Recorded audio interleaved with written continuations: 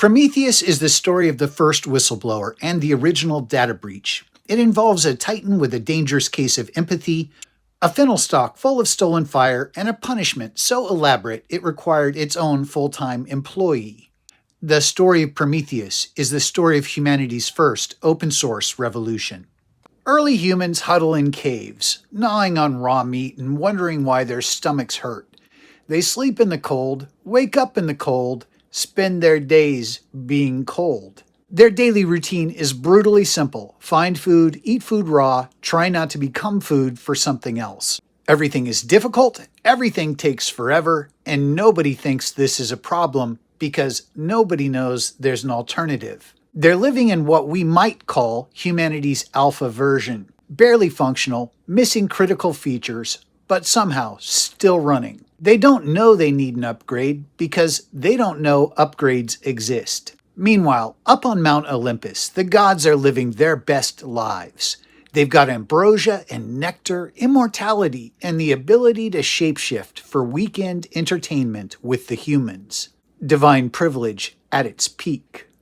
And watching all of this is Prometheus, a titan with a troubling tendency to care about the wrong things. Prometheus isn't like the other titans. While his relatives are busy with cosmic-level politics and divine power struggles, Prometheus has developed what we might call an unhealthy interest in humanity's welfare. He's that bizarre rarity among his tribe, a titan with empathy. Most gods look at human suffering the way we look at ants trying to carry crumbs. Mildly amusing, occasionally annoying, generally not our problem. But Prometheus watches humans struggle for basic survival, and he thinks, this seems unnecessarily difficult. This makes him deeply suspect amongst the divine community. Empathy is always a design flaw in immortal beings. It compromises objectivity as well as their ability to engage in their favorite pastime, divine retribution. Sometimes, gods just wake up feeling like being a hammer in search of a nail. And Prometheus keeps pointing out that maybe the nails don't deserve the relentless pounding they're receiving. Before Prometheus can do anything dramatic about humanity's situation, he decides to have a little fun with Zeus first. Because if you're going to help mortals, you might as well start by proving that even the king of the gods can be outsmarted by good packaging and top-flight branding. What Prometheus does next is often called the trick at me cone. Zeus has called a meeting to establish the ground rules for human-divine relations, basically a terms of service agreement written by the gods for the benefit of the gods. The main question on the table: when humans sacrifice an animal to the gods, which part do the gods get and which part do the humans keep? This should be straightforward divine contract negotiation. Zeus expects to get the best portions because he's Zeus. Humans get the scraps because they're humans. Everyone knows their place in the cosmic hierarchy. But Prometheus volunteers to lead this meeting in Mycone. He takes a freshly sacrificed ox and divides it into two piles, then presents them to Zeus for his selection with all the confidence of a consultant who's about to upsell you on premium features. Choose whichever portion you prefer, he says, and that will set the precedent for all future sacrifices. Side 1. Beautifully arranged bones wrapped in a thick layer of gleaming white fat. It's arranged for maximum appeal. The hint of fine meat cuts beneath the fat, the bones chosen for their shape and promised marrow. It looks impressive, substantial, appetizing, clearly the premium option. On the other side, all the actual meat, but wrapped in the ox's hide and stomach lining.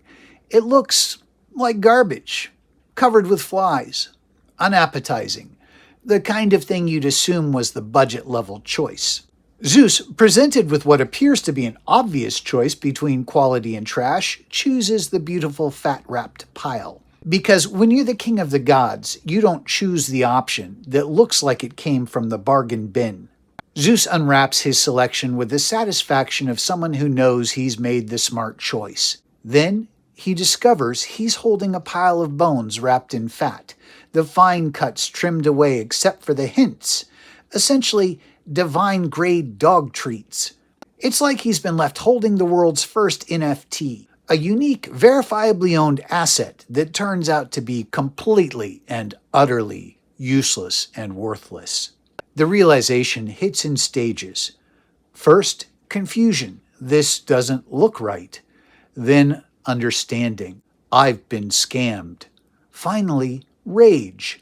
I've been scammed by my own consultant in front of the entire pantheon of gods. Prometheus, meanwhile, is trying very hard not to look smug. He's just demonstrated that the king of the gods can be fooled by presentation over substance. The original branding problem. Zeus fell for the packaging, and now humans get to keep all of the actual meat from their sacrifices. Forever. Prometheus has successfully conned the most powerful being in the universe using the ancient equivalent of clip art and fancy fonts. Zeus is furious, but he's also trapped by divine protocol. He made his choice publicly, in front of witnesses, as part of establishing cosmic law.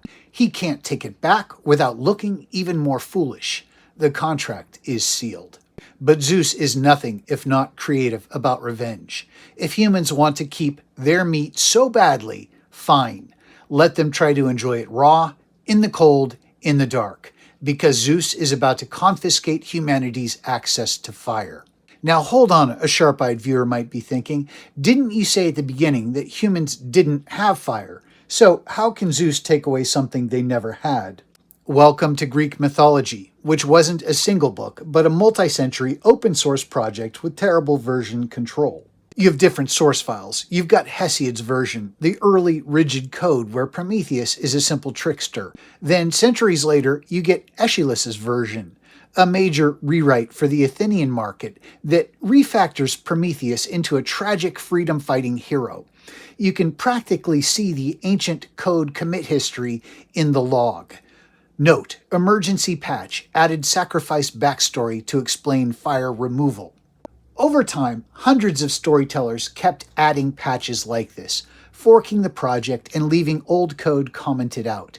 The result is a beautiful Frankenstein's monster of a story, where fire might be stolen once or twice, depending on which version you compile. So are we going to try and debug 2,500 years of glorious, inconsistent lore? Absolutely not. We're going to treat it like any programmer faced with a mountain of legacy code. We will acknowledge the bugs, appreciate the beautiful mess, and run the program that tells the most interesting story. So, where were we? Ah, yes, Zeus's fury. Zeus's retaliation is swift and petty.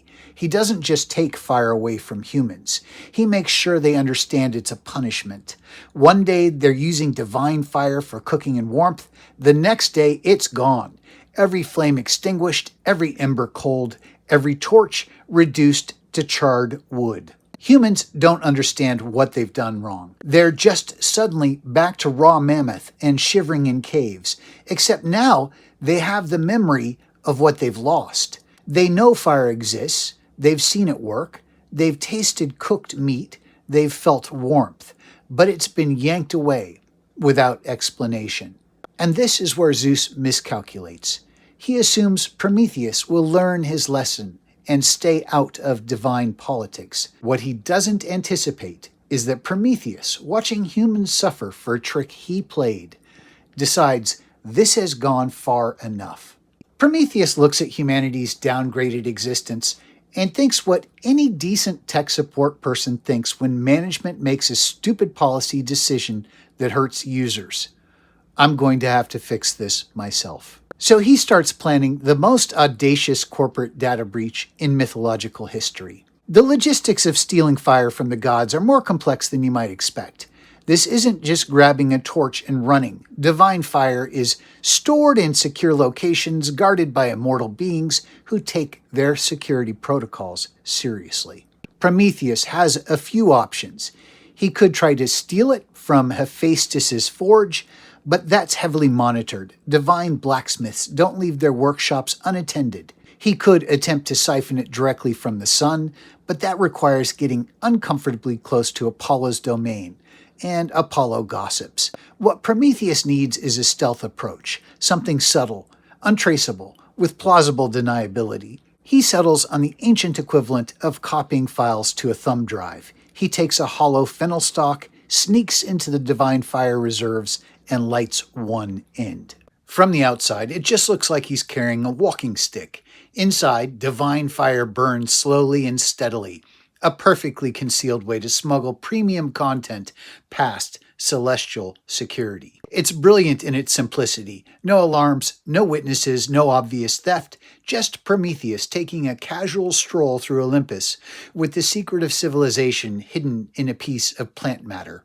The hardest part isn't the stealing, it's getting back to Earth without anyone noticing that he's carrying humanity's upgrade. When Prometheus arrives back on Earth, humans are exactly where he left them. Cold, miserable, and gnawing on raw, woolly rhinoceros. They've been living in humanity's dark age, and they've settled into that grim acceptance that this is just how things are. Prometheus approaches a group of them huddled in a cave and pulls out his fennel stalk. Then he blows gently on one end, and suddenly there's something they haven't seen in ages: actual fire. Their reaction is everything you'd expect from people who've been living in a world without Instagram suddenly getting Wi-Fi. Pure wonder. They gather around this impossible thing, this dancing light that produces heat and drives away darkness. Prometheus shows them how to keep it alive, feeding it fuel, protecting it from wind, building it up from embers. He's basically conducting humanity's first tech tutorial, Fire 101, basic operation and maintenance. And then the real magic happens. They discover they can cook their food. Meat that was tough and dangerous becomes tender and safe. They can see at night. They can work metal. They can stay warm. In a matter of hours, Prometheus has upgraded humanity from survival mode to incipient civilization. It's the ultimate jailbreak, not just copying the software, but teaching users how to modify and improve it themselves. Zeus notices the security breach the way any good system administrator does, by monitoring network activity. Suddenly, there are thousands of small fires burning across the earth where there should be none, smoke rising from human settlements. The distinct energy signature of divine fire being used for decidedly non-divine purposes. His investigation is swift. The fire signatures match the premium divine reserves. The timing coincides with Prometheus's visit to Olympus. And honestly, who would have both the technical skills and the rebellious courage to pull off this kind of operation? Zeus's reaction goes through several distinct phases. First, professional admiration. The fennel stalk method was genuinely clever. Second, personal offense. Prometheus didn't just steal from him, he made Zeus look incompetent. Third, administrative fury. If you let one employee get away with unauthorized data sharing, pretty soon everyone's doing it. But what really enrages Zeus isn't the theft itself, it's the results. Humans aren't just using fire for basic survival anymore. They're innovating with it, building forges, creating art, developing technology. They're bootstrapping themselves from primitive creatures into something approaching divine capability. Prometheus hasn't just stolen fire, he's accidentally triggered humanity's first technological revolution. And that, from Zeus's perspective, is a much more serious problem than simple theft. Zeus doesn't just want to punish Prometheus, he wants to create a masterpiece of suffering. This isn't about justice anymore, it's about sending a message to every other potential whistleblower in the divine hierarchy. The punishment needs to be creative, eternal, and visible enough so that everyone gets the point. So Zeus designs what might be the most elaborate performance art project in mythological history. He has Prometheus chained to a rock in the Caucasus Mountains, remote enough that rescue is unlikely, public enough that word will spread. But here's where Zeus's creativity really shines. Every day, an eagle comes and tears out Prometheus's liver. Every night, because Prometheus is immortal, the liver grows back. Same eagle, same organ, same excruciating process forever. Zeus has invented the world's first perpetual motion punishment machine. The eagle has job security no gig worker has ever dreamed of, steady employment, predictable hours, and a boss who literally can't fire him because the work never dies. From a project management perspective, it's brilliant. Zero maintenance costs, infinite duration, complete automation. Zeus can set it and forget it, confident that Prometheus will be suffering appropriately for millennia to come. It's the kind of punishment that makes other gods think twice before helping mortals. The punishment unveiling ceremony is peak Zeus performance theater. He doesn't just chain Prometheus to the rock, he makes it an event. The entire divine hierarchy is invited to witness the consequences of corporate insubordination. Zeus presents his creation like a proud inventor showing off his latest prototype. Behold, we can imagine him announcing, the eternal consequences of unauthorized file sharing. It's meant to be horrifying, and it is, but there's also something deeply absurd about Zeus's pride in having engineered the perfect eternal punishment. He's standing there like a CEO who's just unveiled the most innovative employee disciplinary system ever conceived. Prometheus, for his part, shows remarkable composure for someone who's about to begin an infinite cycle of organ farming.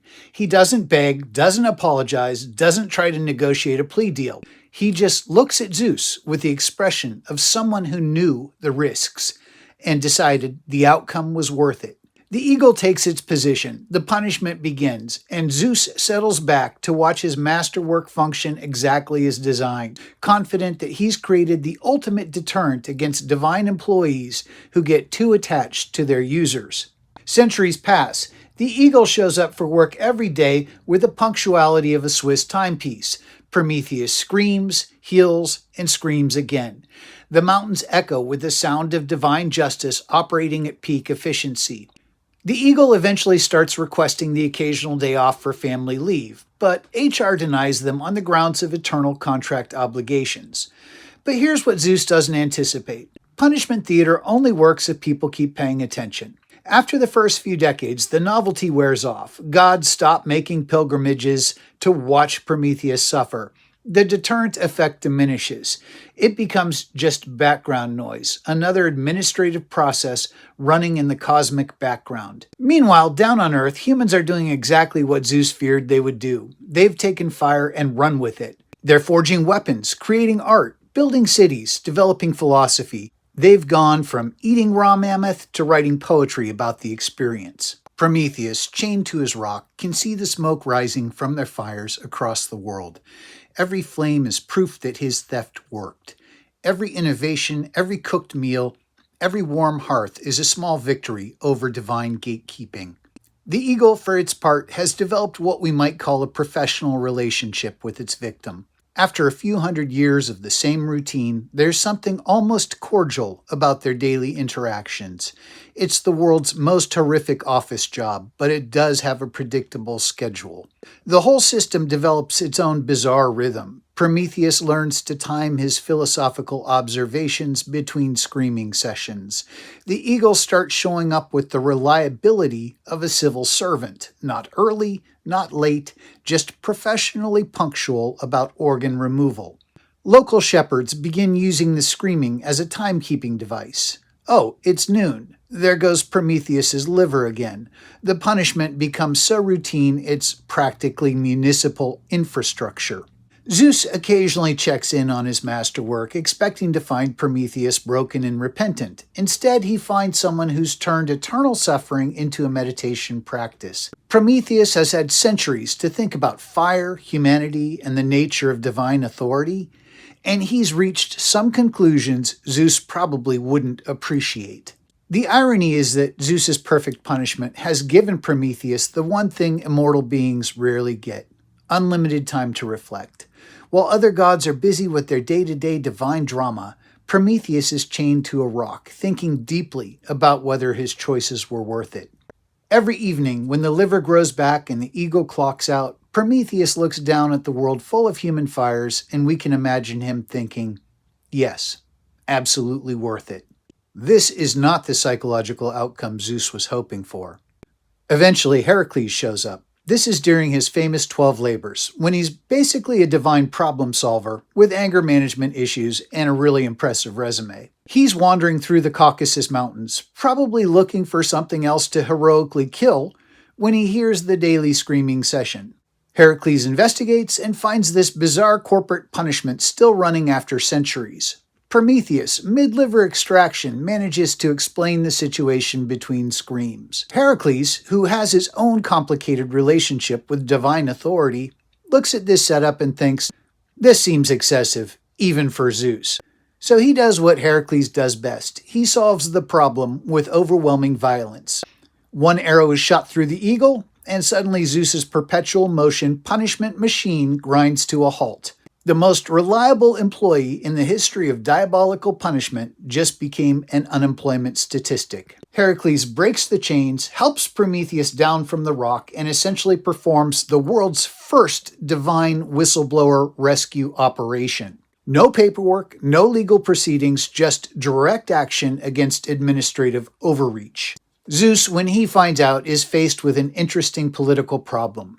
He could punish Heracles, but Heracles is his son, and also incredibly useful for dealing with monsters. He could rechain Prometheus, but that would look petty after centuries of making his point. So Zeus does what powerful people often do when their elaborate revenge schemes get disrupted. He pretends it was always meant to be temporary. In some versions, Zeus eventually signed the paperwork, allowing Heracles to break the chains. That preserves divine order. Zeus still decides the outcome. In others, Heracles just smashes the shackles without permission, a mythic jailbreak. That changes everything. Zeus isn't obeyed, he's bypassed.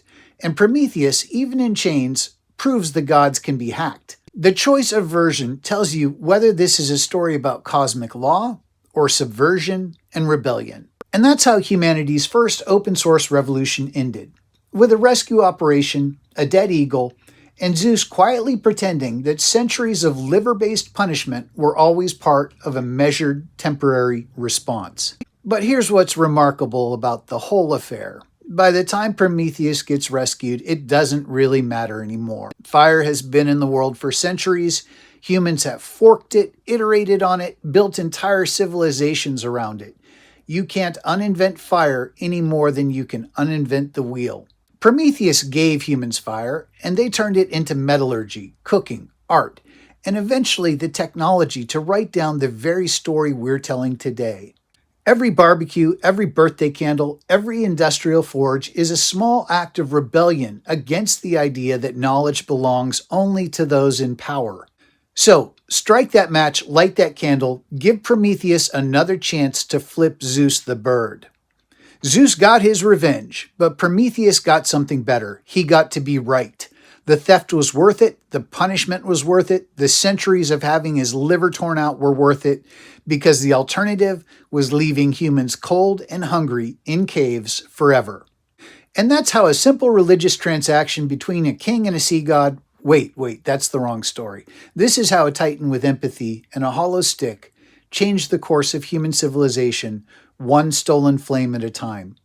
If you'd like to hear the other story, click above.